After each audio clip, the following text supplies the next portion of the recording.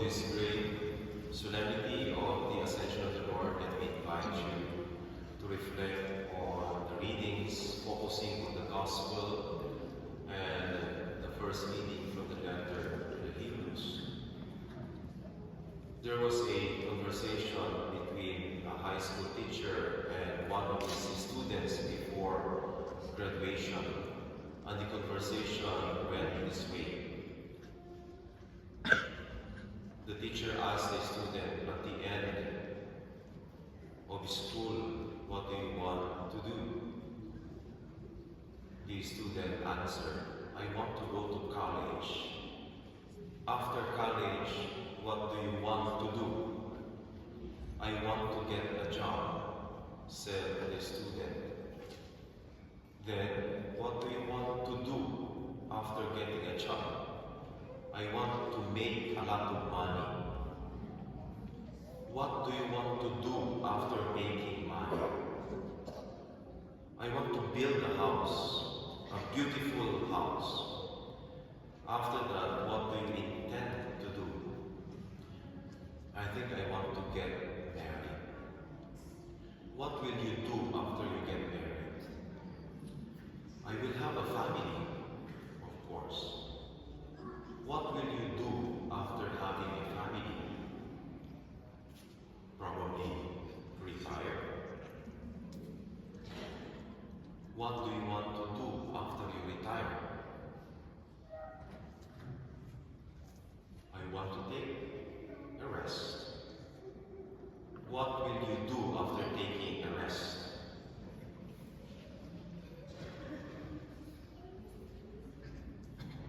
And this time, the student was already confused, and so he said, "I don't know." And then the teacher said, "Will you die?" And the student said, "Probably."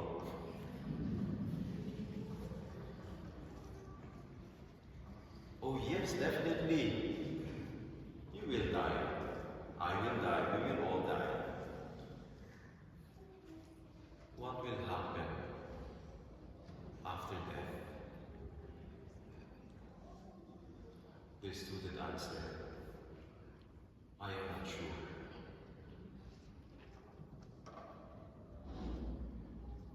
Probably this student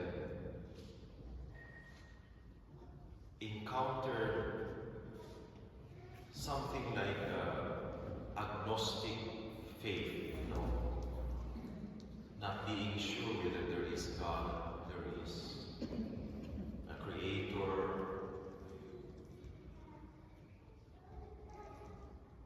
Each Sunday, we profess through the creed, He ascended into heaven, and is seated at the right hand of the Father. He will come again in glory to judge the living and the dead, and His kingdom will have no end. This is our answer to the ultimate question of the teacher to his student. What will happen after death? This is our answer. Today we celebrate the solemnity of the Ascension, a feast that looks like a farewell, but it is not. The Ascension is not the end.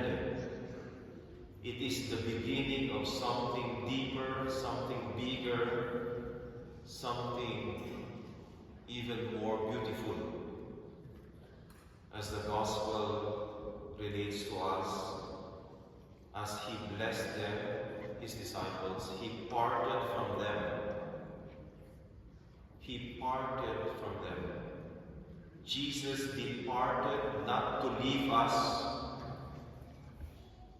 but to multiply His presence through us and through His gift of the Holy Spirit, through the Church. The Gospel also tells us that before ascending into heaven, Jesus blessed His disciples. This was His final gesture of love, of sending, commissioning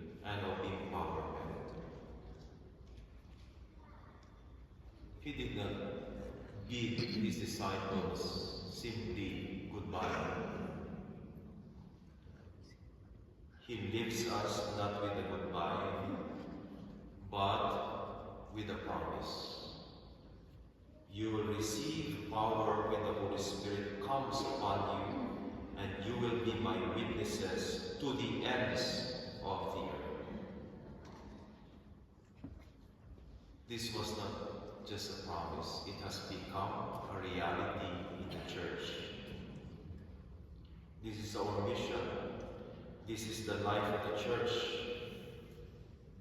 To be witnesses, not only in words, but with our very lives. This is our answer to the question, what do you want to do? What do you want to do?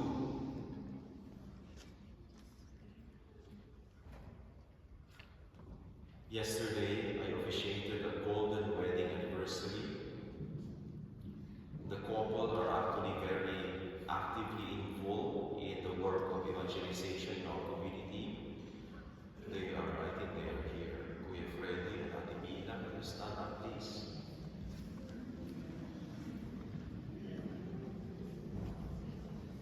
They don't look like they just celebrated their golden wedding anniversary, isn't it? I shared in my homily during the Mass yesterday that we need three things to have a full,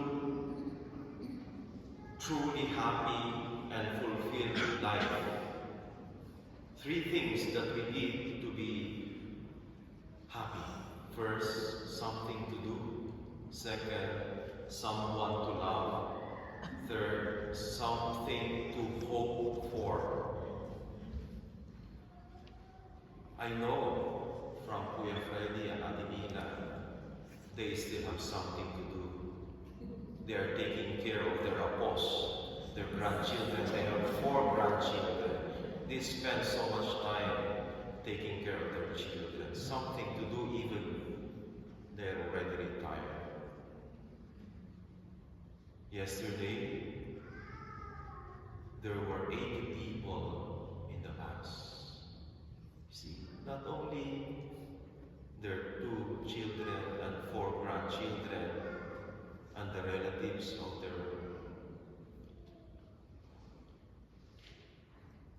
the family, but present was the community.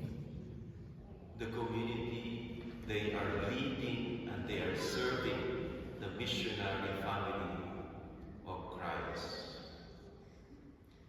And after the communion, the children and the grandchildren and their partners, husband, wife, they sang a song,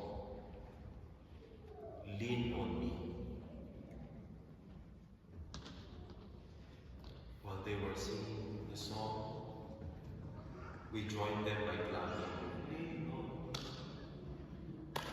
when I'm not strong. Akala ko pang TikTok eh.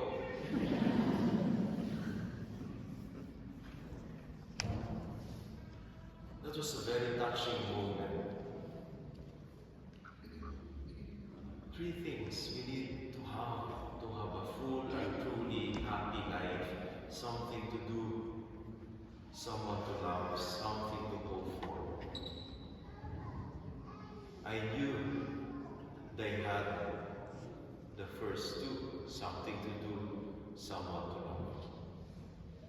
But they also have the last one, something to hope for.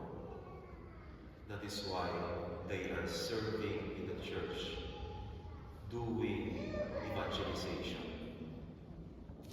Because in their heart, there is something bigger, more beautiful that we can hope for. Most people have the first 2, something to do, someone to love. But many do not have the last one.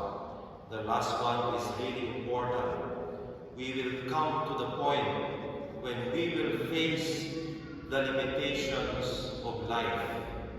old age, sickness, and death. Without something to hope for, it is very hard to face these realities. Old age, sickness, and death. Something to hope for comes from the Lord who promised in our first reading from the letter to the Hebrews. We have a high priest, Jesus, over the house of God. Let us approach with a sincere heart and absolute trust, with our hearts sprinkled clean from an evil conscience and our bodies washed in pure water. Let us hold unwaveringly to our confession that gives us hope. For he who made the promise is trustworthy. After this homily, we will do the baptismal promises, renewal of the baptismal vows of our first Dominicans. This is our mission, to pass our faith to our children. Because if we will not teach our children how to follow Christ, the world will teach them not to follow.